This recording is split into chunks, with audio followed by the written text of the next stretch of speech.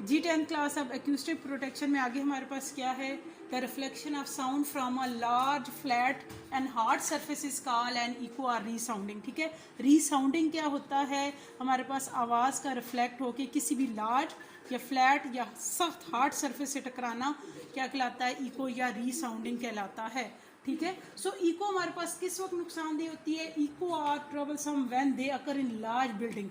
Eco उस वक्त आपके पास प्रॉब्लम क्रिएट करता है जब ये बड़ी बिल्डिंग में होता है, because the original sound can not be heard clearly. आपको ओरिजिनल साउंड क्लियर नजर सुनाई नहीं देती। ठीक है, so presence of sound after the sounding source has stop is called reverberation. ठीक है, अब आवाज़ का किसी भी साउंडिंग सोर्स के साथ टकरा कर वापस आपके पास आ जाना क्या कहलाता है, रिवर्बरेशन कहलाता है। सो आवाज़ की मौजूदगी जिसमें साउंडिंग सोर्स से हम उसे स्टॉप कर रहे हो वो क्या कहलाएगा, रिवर्बरेशन कहलाएगा। अब इससे क्या होता है, it causes the general confusion of the sound impression on year. ठीक है, जब आपके पास आवाज़ टकरा के वापस आ रही है, साउंडिंग सोर्स से टकरा के वापस आती है, किसी भी बॉडी के साथ टकराती है, प्रोड्यूस हो रही है, टकरा के वापस आएगी, तो फिर आपको दोबारा वो बॉडी वाइब्रेट होगी, वाइब्रेशन हो जाएगी। तो उस वक्त क्या होता है, कन्फ्यूजन का शिकार हो जाते हैं, आपको आवाज़ आपकी सही क्लियर सुनाई नहीं दे रही होती, तो एक ऐसा इंप्रेशन आपके कान में पड़ता है जिससे आपको आवाज़ की समझ नहीं आ रही होती। Understand. So echo and reverberation को हम कैसे कम कर सकते हैं, कैसे प्रिवेंट कर सकते हैं। ठीक है, हम इसे can be prevented by using sound observing material. हम इन दोनों को, इको को एंड रिवर्बरेशन को ख़त्म करते हैं किससे, ऐसा मटेरियल इस्तेमाल करते हैं जो साउंड को ऑब्जर्व कर सकता है। For example soft and porous material, ऐसा हल्का और साफ सा जिसमें सुराखदार मटेरियल हो, जैसे फोम वगैरह होता है। सच एज हमारे पास क्या हो जाते हैं, इसमें जितने भी हम डेकोरेशन के लिए पर्दे इस्तेमाल करते हैं ये, और लकड़ी का वुड का मटेरियल इस्तेमाल करते हैं, इसी तरह हम जो सीलिंग वगैरह इस्तेमाल करते हैं, ये सारे क्या हैं, ये ऐसे मटेरियल हैं जो कि साउंड को ऑब्जर्व कर रहे होते हैं।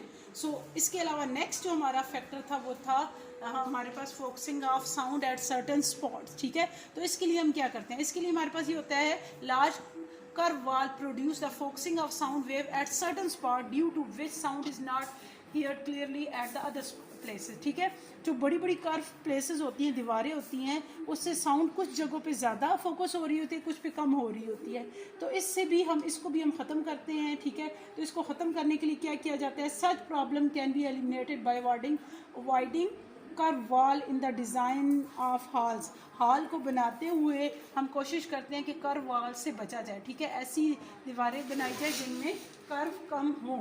अंडरस्टैंड। सो हम इन तीनों फैक्टर को ख़त्म करेंगे, तो ख़त्म करने का प्रोसेस क्या कहलाएगा, एक्यूस्टिक प्रोटेक्शन कहलाएगा।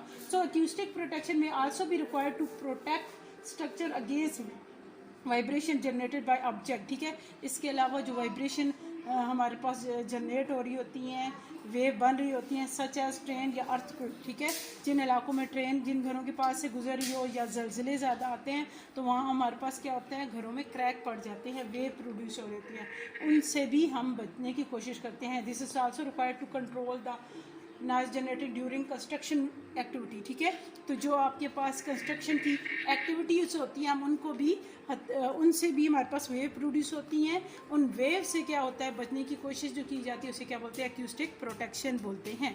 अंडरस्टैंड।